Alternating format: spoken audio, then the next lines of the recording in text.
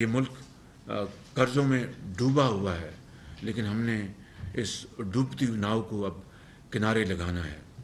یقیناً ہر طرف مسائل ہیں، وسائل کو ہم نے ڈھونڈنا ہے جو کہ بڑے محدود ہیں، اور یقیناً معیشت کی تباہ حالی ہے، لیکن ہمیں مفلوق الحالی کو ہمیں اس سے اس ملک کو بچانا ہے۔ اور یقیناً درجنوں کارخانے صرف اس لیے بند ہیں کہ ان کے پاس بجلی نہیں ہے، ایندھن نہیں ہے۔ ہمیں بروقت اقدامات اٹھانے ہیں۔ یہ وہ ایشوز ہیں جن کو ہمیں مل کر حل کرنا ہے۔ سیاست ہم انشاءاللہ کریں گے جب وقت آئے گا، الیکشن آئے گا، تو سب نے اپنے اپنے مینیفیسٹو اور اپنی سوچ اور اپنے پروگرام کے مطابق عوام کے پاس جانا ہے۔ آج ہمیں ایک بطور ایک یکجاں دو قالب ہو کر ہمیں اس چیلنج کو ہمیں حل کرنا ہے، اس کا مقابلہ کرنا ہے۔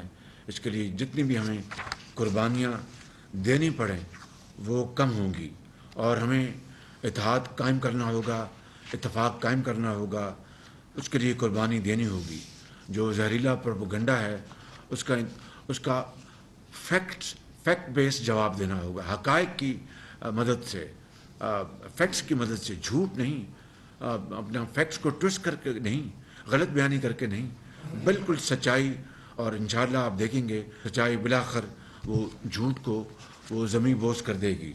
یقیناً مجھے اس کے اوپر کوئی مجھے شک نہیں ہے، اور محنت کر کے قوم کی ایک ایک پائی بچانی ہے۔ کرپشن جو پچھلے 3.5 پونے 4 سال میں جو کہ عروج پر تھی، اس کو ختم کرنا ہے، اپنا خون پسینہ اپنا بہانا ہے، اور قوم کی، اس غریب قوم کی جو کہ قرضوں کے اندر پھنس چکی ہے، ہمارے جو قوم کے بچے ہیں ان کا آخری بال بھی قرضوں میں جکڑا جا چکا ہے، اٹس مارٹگیجڈ۔ اس کو ہم نے اس انتہائی دردناک صورتحال کو سامنے رکھ کر ہم نے کام کرنا ہے۔